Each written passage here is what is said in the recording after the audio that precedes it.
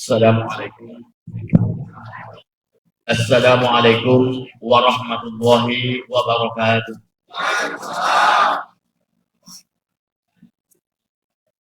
Alhamdulillahillazi arsala rasulahu bil huda wa dinil haqq liyuzhirahu 'ala ad-dini kullihi walau karihal kafirun.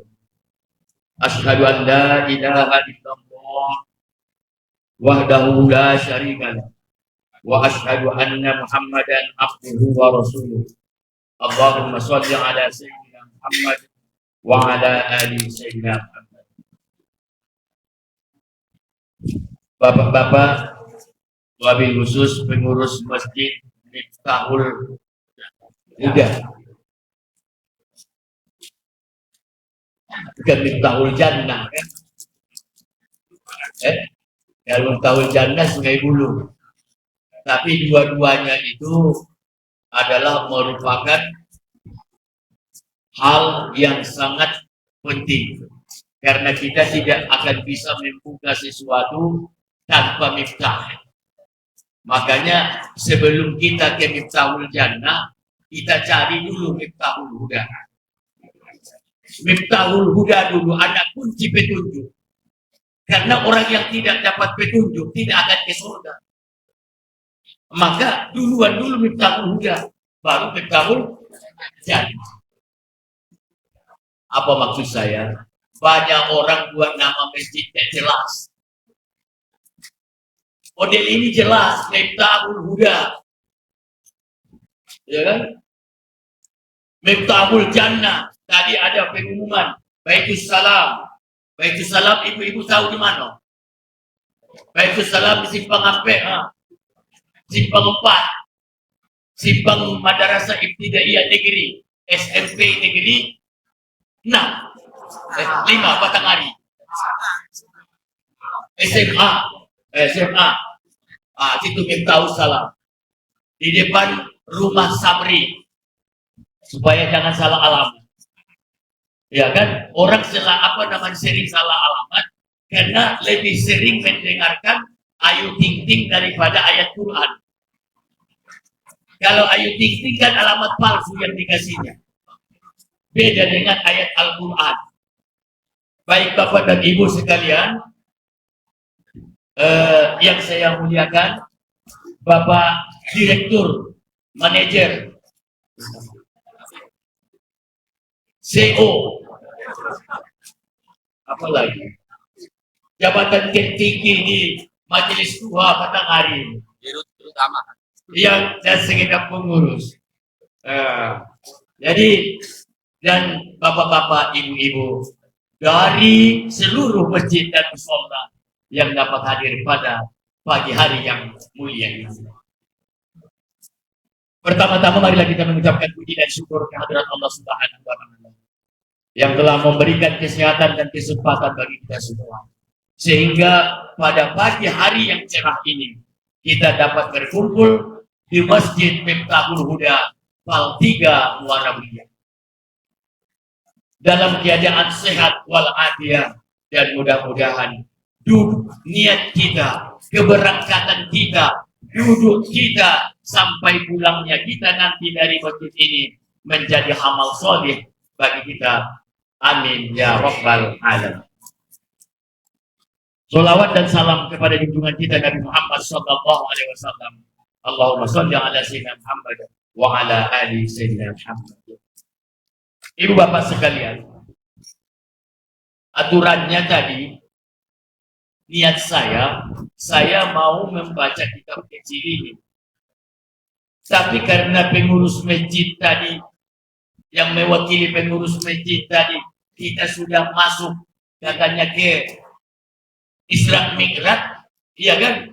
Dan sebentar lagi kita akan puasa kata beliau. Ya kita buka dulu kitab Isra Mi'raj. Ya.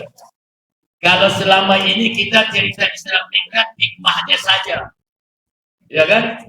Hikmahnya. Ini kitabnya. Ini kitabnya. Cuma saya tidak tahu apakah ini sudah diterjemahkan atau belum. Saya belum pernah ketemu dengan terjemahan kitab ini. Kecil kitabnya, tapi terdiri dari bahasa Arab yang bila harga, tanpa harga. Katakanlah kitab kuning ya, kitab kuning atau kitab gundul. Ya, kitab gundul. Karena tidak ada harganya dikatakan kitab gundul. Yang kita kaji tiap hari itu, tiap tiap pengajian kitab kuning lah. Bercerita tentang Isra dan Mi'raj.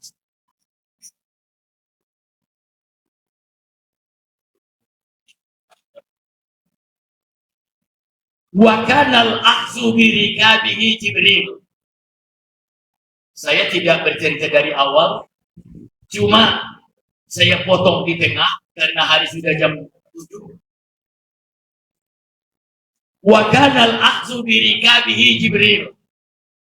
Yang memegang tali pelana daripada buruk yang dikendarai oleh Nabi itu pada malam Isra Mi'raj, Jibril yang mengendalikannya. Wa Mikail, dan malaikat Mikail. Tapi Israfil tidak ada. Israfil alhamdulillah tidak ada. Ini Jibril dan Mikail. Jibril yang memegang pelananya, talinya, yang mengendalikan buruk tersebut. Lalu Warokiba, naiklah Nabi Sallallahu Alaihi Wasallam ke atas buruk yang telah disiapkan tadi, yang tadinya buruk itu dijemput Jibril ke Jannah, bukan ke Miftahul Jannah, tapi ke Jannah, ke surga. Ya, Jibril jemput buruk ke surga, bawa ke dunia. Untuk apa? Untuk kendaraan Nabi pada malam Isra dan Mi'raj. Dan buruk ini juga lah yang dipakai oleh Nabi Ibrahim alaihissalam berangkat dari Syam, dari Syria, untuk menengok anaknya di Baitul Haram atau di Ka'bah atau di Makkah dengan ibunya Siti Hajar. Dan Syam, Syria ke Mekah. Buruk itulah yang dinaiki oleh Nabi. Setelah Nabi Ibrahim tidak menggunakan lagi, dibawalah buruk itu ke surga. Pas pada malam Isra Mi'raj dijemput lagi buruk yang tadi untuk membawa Nabi kita Muhammad Sallallahu Alaihi Wasallam. Beruntung buruk yang satu ini ya. 2 kali 2 rasul yang menaikinya. Ya, 2 rasul yang menaikinya. Nabi Ibrahim berkali-kali berulang, Makkah, Makkah, Syam, Syria, Makkah. Kemudian Nabi kita Muhammad Sallallahu Alaihi Wasallam itu buruk, beruntung. Kita kadang-kadang mobil kita, kendaraan kita tidak pernah dibawa ke masjid. Simpan baik, itu mobil sial itu. Ya, mobil sial itu yang model-model itu. Tidak pernah dibawa ke pengajian. Ya kan? Paling belanja ke Ramayana, Matahari, Jamtos, apa lagi? Trona. Ke situ baik. Kapan dibawa ke MDE? Tidak pernah. Itu mobil sial itu. Yang mobil sial yang model itu.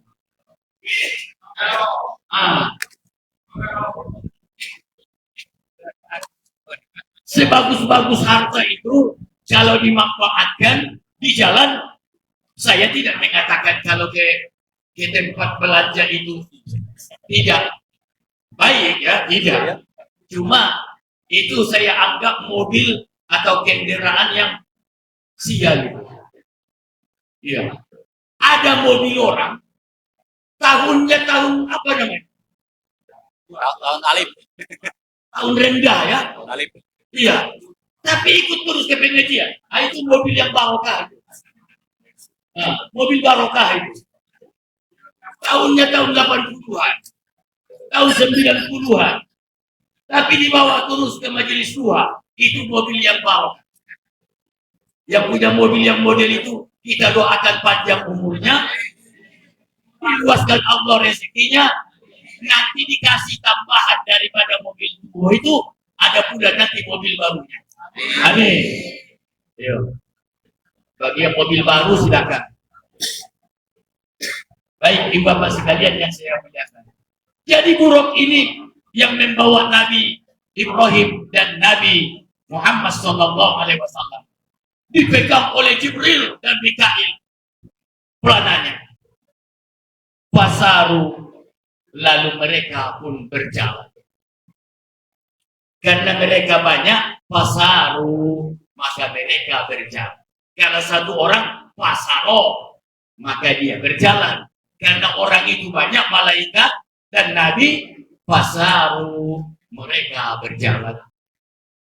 Hatta balagu arba, sampai ke satu bidang tanah.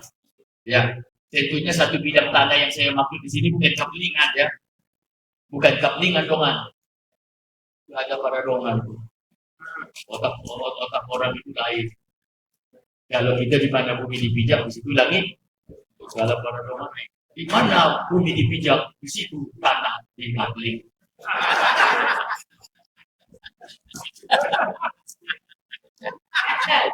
Padahal yang dibawa ke kubur, kuburan kita cuma dua kan satu itulah.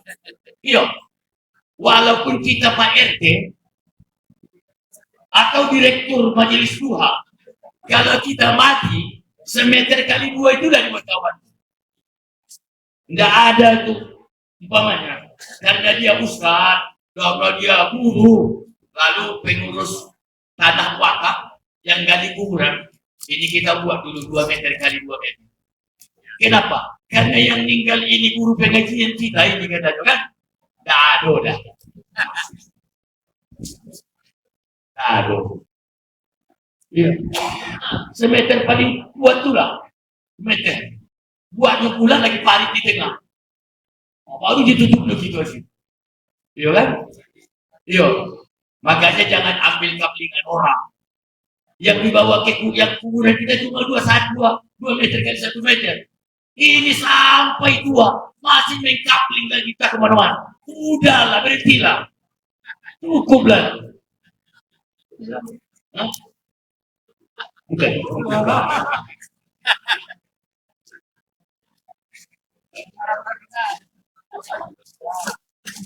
Iya. Saya kadang-kadang udah umur 70, masih bicara kaplingan lagi. Ya sudahlah, kaplingan yang di tanah tetangga beliau saja lah kita pikirkan. Di lorong Al-Karomah, di sebelah rumah beliau itu boleh kita pikirkan. Apakah sudah ada belanja kita? Sudah adakah modal kita? Kalau kita nanti sore diantar ke lorong Al-Karomah, apakah sudah cukup modal kita? Itu yang perlu dipikiri. Ini udah tidak telap lagi kan bermana, masih mikir harga lagi. Ya, susah yang model itu. Artinya, kalau orang masih terus mencari, berarti itu orang miskin. Karena tidak pernah merasa cukup. Orang kaya itu walaupun hartanya tidak banyak, tapi dia merasa cukup. Ada mobil tahun 82 jadilah. Kalau ada yang tahun 2000, alhamdulillah. Iya kan? Bukan salah ya. Aku nyinggung orang yang cari dunia baik. Waktu saya. Nah, siapa orang ini tidak tahu lagi tuh. Depan bapak. Depan bapak. Tidak ada, tidak tahu. Baik. Hatta balagu arba. Sampai Nabi SAW, Jibril dan Mikail sampai ke sebidang tanah. Zata nakhlin. Yang ada ininya. Kebun korma. Zata nakhlin, kebun korma. Tapi yang ini bukan dari sana ya.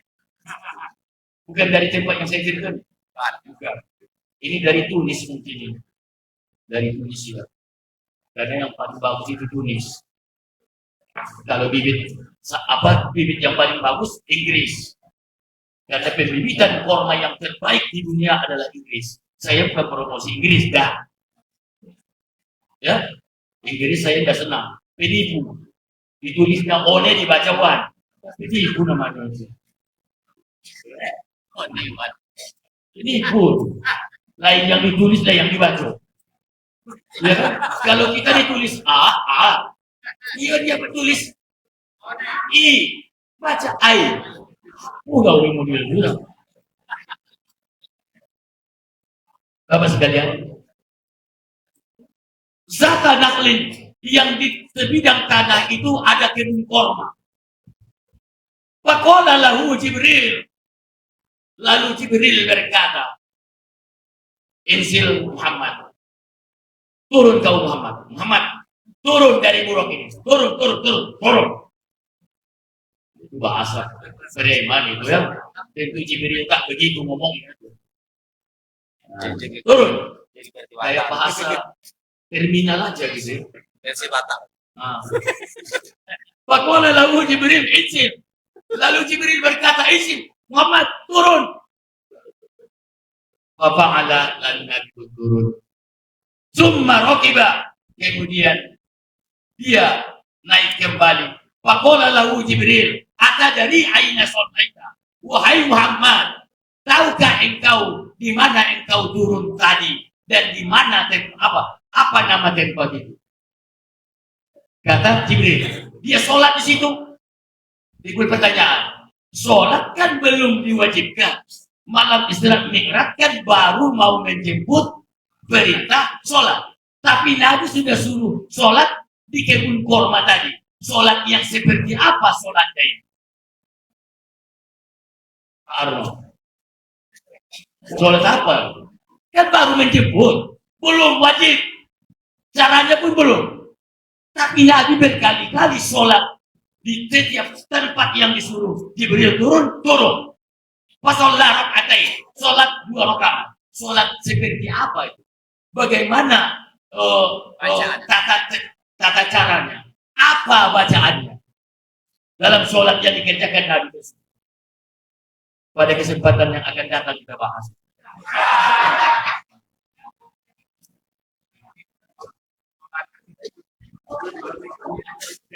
Ya, bagi yang dah hadir, silakan. Ya, mau bagus nilainya, pertemuannya cuma 6 kali. Seharusnya 16 pertemuan. Anda dapat nilai. Cila dapat paling tinggi. Bapak sekalian. Atau dari ayat sholat, apakah engkau tahu Muhammad di mana kau sholat tadi? Faqala la. Nabi kita menjawab, saya tidak tahu wahai Jibril.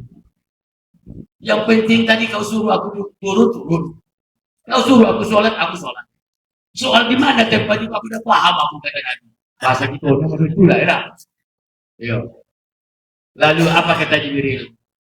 Faqala shallaita bi thayyibah. Tempat sholatmu itu tadi yang pertama namanya thayyibah. Thayyibah wa ilaihal muhajarah, dan ke tempat itulah engkau nanti akan dihijrahkan. Itulah kota Madinah yang sekarang. Makanya kalau bapak-bapak pergi ke pasar di Madinah itu, ada di situ orang jualan korma, tulisannya Thayyibah.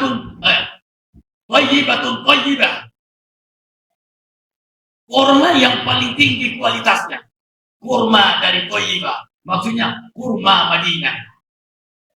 Nah, dari Thayyibah itu nama kota Madinah sebelum dibuka Nabi menjadi Madinatul Munawwarah. Namanya adalah Thayyibah. Wa ilaihal muhajarah, dan ke sana nanti engkau akan hijrah. Jadi Nabi SAW sebelum beliau hijrah diperlihatkan dulu ke mana dia akan hijrah. Jangan sembarangan hijrah. Ini belum tahu sesat atau tidak, udah ikut pengajian. Entah sesat tidak. Iya kan? Ada pengajian. Kalau belum dibaiat istrinya, suaminya ke surga, lakinya ke neraka. Enak beda. Kayak dia panitia surga itu. Ya, baik. Aduh itu. Jadi sebelum Nabi itu hijrah, diperlihatkan dulu.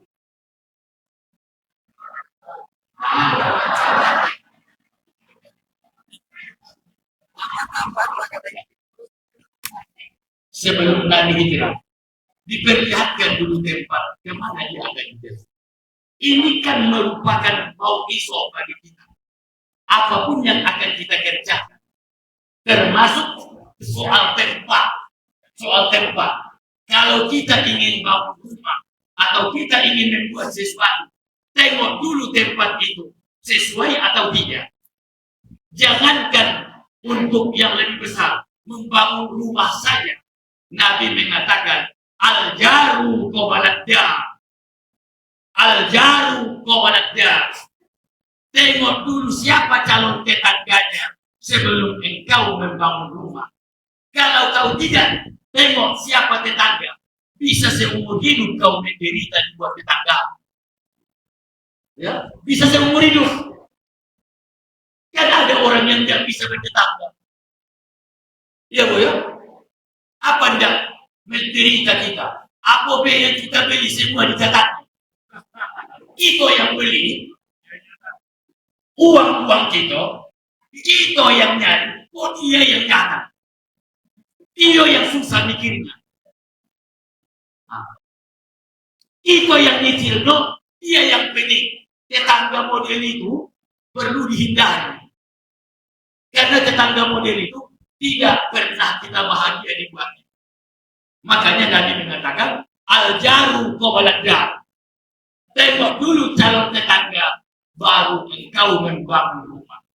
Makanya kalau ada dapat tanah kosong, walaupun agak mahal harganya, tapi tetangga kiri kanannya agak orang baik, lebih baguslah beli daripada tanah murah, tapi tetangganya ambulan. Bahaya. Baik, Bapak sekalian. Udah berapa kali Nabi turun, Bu? Baru sekali, Pak. Baru sekali ya? Iya. Baru sekali ya? Terus, satu lagi. Fantolakol buruk. Lalu buruk itu kembali lagi berjalan bersama Mikail. Ya.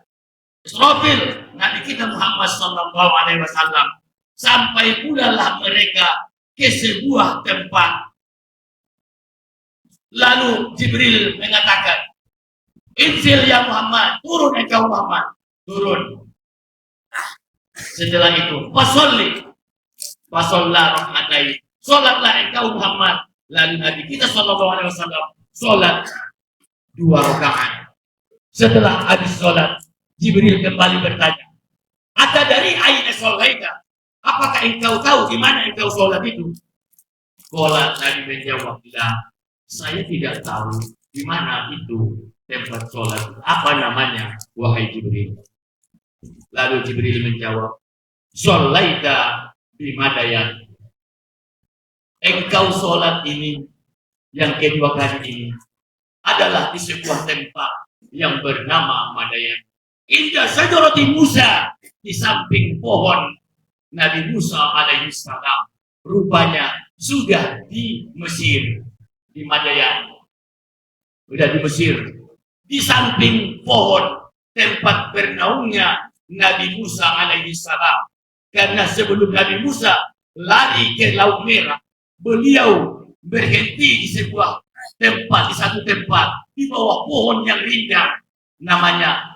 Karena beliau pernah berhenti di bawah pohon itu, lalu disebutlah Sajaratu Musa, pohon Musa alaihi salam.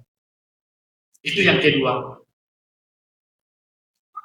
Terus perjalanan dilanjutkan sehingga sampailah mereka ke suatu tempat. Di tempat itu kembali lagi Nabi kita disuruh turun dan sholat. Kemudian setelah sholat yang ketiga ini, Jibril kembali bertanya, "Atadari aina sholaita?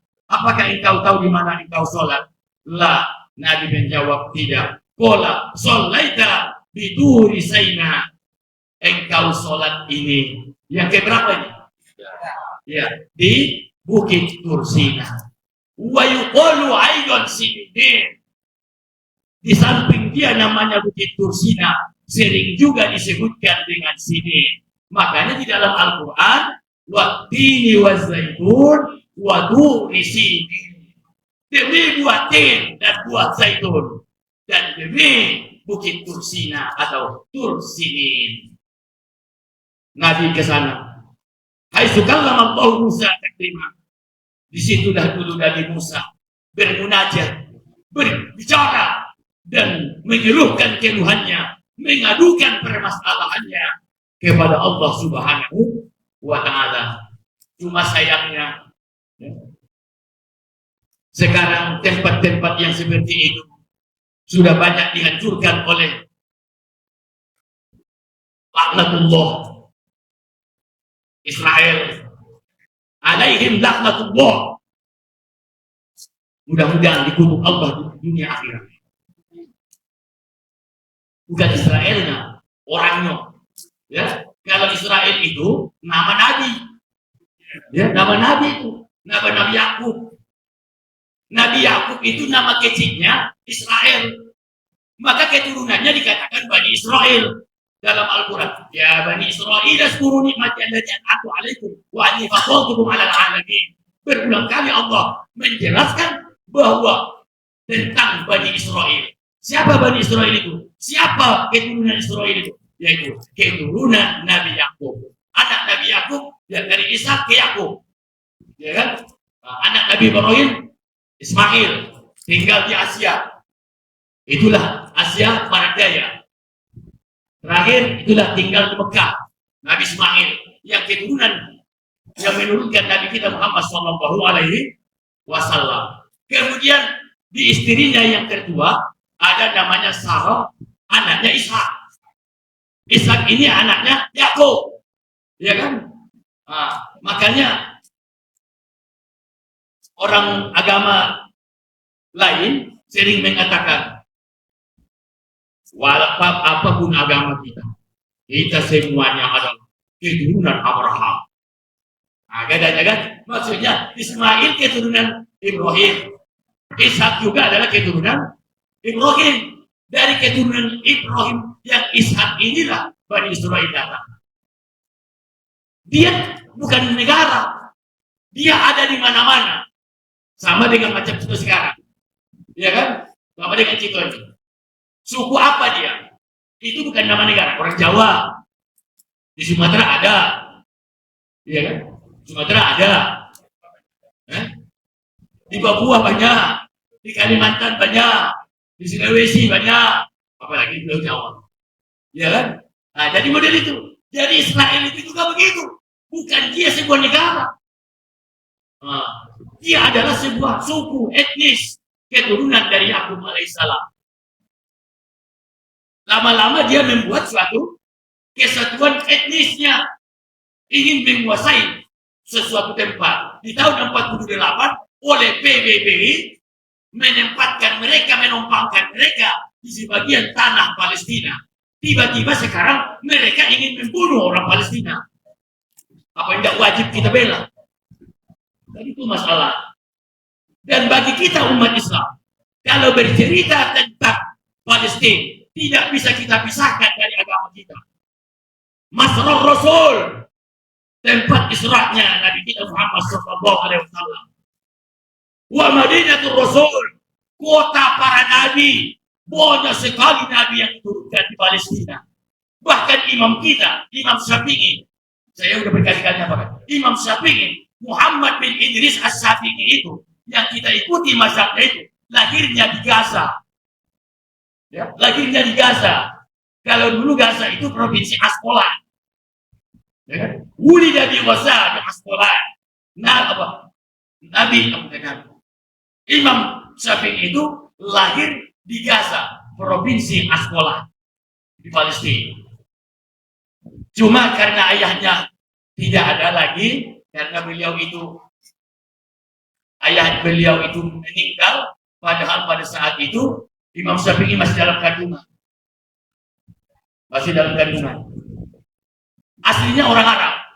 Maka dari imam yang keempat itu, imam yang keempat itu, mulai dari Hanafi, Maliki semua, sampai Hambali, itu adalah yang dari 4 itu hanya Imam Syafi'i yang berasal dari suku Quraisy. Jadi sukunya Quraisy. Kalau Abu Hanifah bukan Quraisy. Imam Malik bin Anas bukan Quraisy. Ahmad bin Hambal bukan Quraisy. Tapi Nabi kita, Imam kita Syafi'i adalah keturunan Quraisy.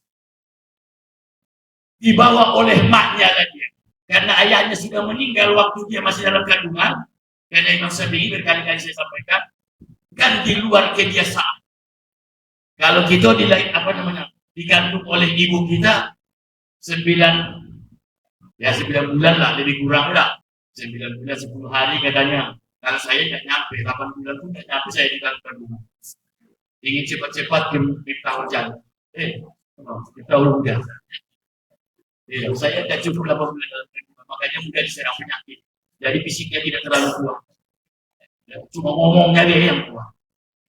Baik, Bapak sekalian yang saya muliakan. Imam Syafi'i lama dalam kandungan, tidak 9 bulan 10 hari, tapi 4 tahun. Di sini ada ibu-ibu yang kandung anak 4 tahun. Ada enggak? Enggak ya?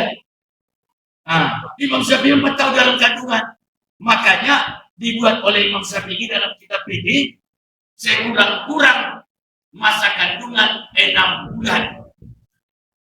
Selama-lama masa kandungan 4 tahun. Karena beliau sendiri 4 tahun dalam kandungan ibunya. Makanya fikih Syafi'i membuat keputusan kalau ada perempuan hamil di luar nikah, tidak cukup 6 bulan atau kurang 1 menit dari 6 bulan setelah nikah, maka anak itu adalah anak zina. Bisa dipahami? Bisa dipahami, Bu?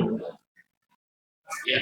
Supaya tidak masalah setelah pulang dari masjid, tidak jadi pertanyaan, kemana maksud Ustaz tadi kata, kalau ada orang nikah, hamil, perempuan itu, ya, perempuan hamil, di luar nikah, ya, nikah. Yang mohon maaf, yang nebasnya jelas lah, ya kan? Yang nebas hutan itu membuka limbo itu jelas siapa orang. Tapi sudah hamil duluan, baru menikah.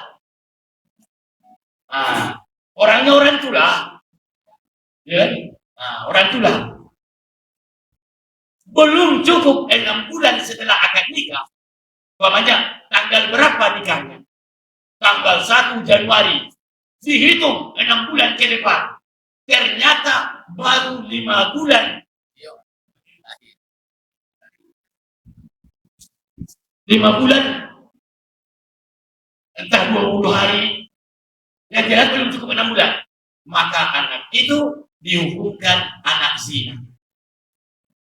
Kalau anak itu perempuan, nanti setelah dia besar, anak gadis, maka ayah yang menikahi maknya tidak sah menjadi walinya. Walinya adalah wali hakim. Jelas? Jelas? Pahamilah. Ya udah, tidak usah banyak bertanya lagi. 4 bulan, berarti belum 6 bulan. Apalagi 3 bulan. Baru 3 bulan agak nikah. Udah lahir. Ya, itu bukan masalah soal keunggulan bibit. Bukan. Itu bermasalah keunggulan iman atau tidak. Imannya tidak unggul. Imannya tidak tangguh. Makanya baru 3 bulan menikah sudah dapat. Nah, maksudnya ini baik. Sedikit lagi.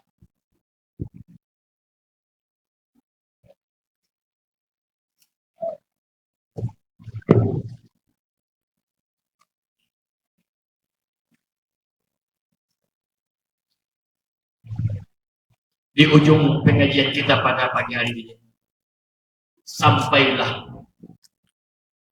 Nabi Shallallahu Alaihi Wasallam ke langit yang ketujuh. Ada yang mengatakan langit keenam. Wastaftaha Jibril. Jibril minta dibukakan pintu. Ibarat kita diketuk pintu. Tok. Mana aja siapa yang datang ini? Qala Jibril. Jibril menjawab, siapa yang mengetuk pintu?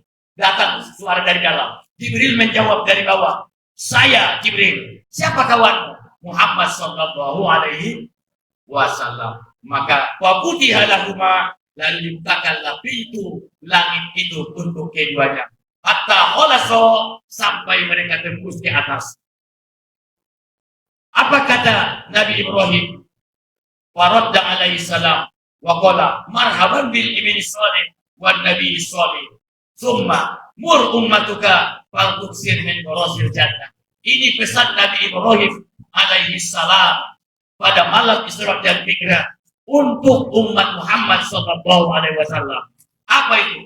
Wahai Muhammad, setelah engkau pulang nanti kepada umatmu, setelah engkau turun nanti ke bumi, kau kumpulkan masyarakatmu, kau kumpulkan umatmu, bilang, sampaikan kepada mereka, fal tuksir min gharasil jannah, haruslah mereka memperbanyak tanaman-tanaman surga. Harus memperbanyak tanaman surga. Lalu Nabi menjawab,